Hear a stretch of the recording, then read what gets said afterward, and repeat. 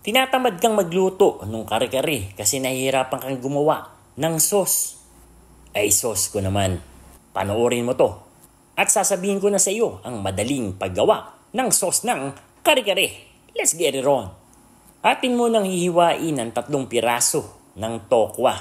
Lalagyan natin ito ng asin, paminta, at garlic powder.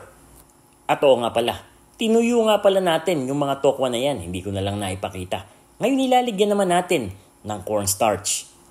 Atin niyang pagugulungin hanggang sa lahat ng sides para ito'y makoting. Masarap ang tokwa, lalo na kung ito ay crispy, hindi ba?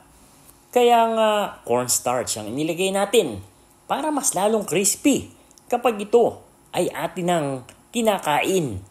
Teka muna, pag gumagawa ka ba o nagluluto ng kare-kare, ano bang karne ang ginagamit mo? Paki-comment mo naman dyan. Pagkatapos magprito, magsasalang tayo ng tubig. Pakukuluin natin yan.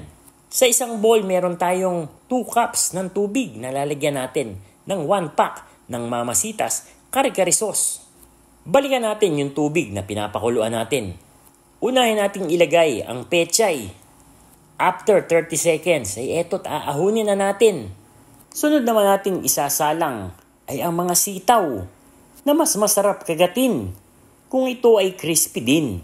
Kaya ayoko nyo overcook yung ating mga gulay. At ito pa ang isa sa paborito ko sa kare-kare. Yung hindi pinirito na mga talong.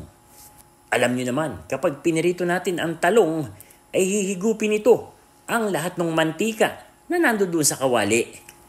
Sa isang pan, ay tayo muna ay maggisa na. Unahin na natin ng sibuyas. Sinunod na natin ang bawang dito. Haluin hanggang sa mag-translucent yung ating tinimpla na kare-kare. Instant sauce ni Mamasita ay eto at nilagay na natin. Black pepper, garlic powder, at konting patis. At siyempre, mawawala ba naman ang peanut butter sa kare-kare? Oh, hindi ba't napakadali nang gawin? At wala ka nang kailangang intindihin. Dahil ang kare-kare, anytime, pwede mo nang lutuin. Kahit pa nga, araw-arawin. And there you have it, K&D mga kadadilicious.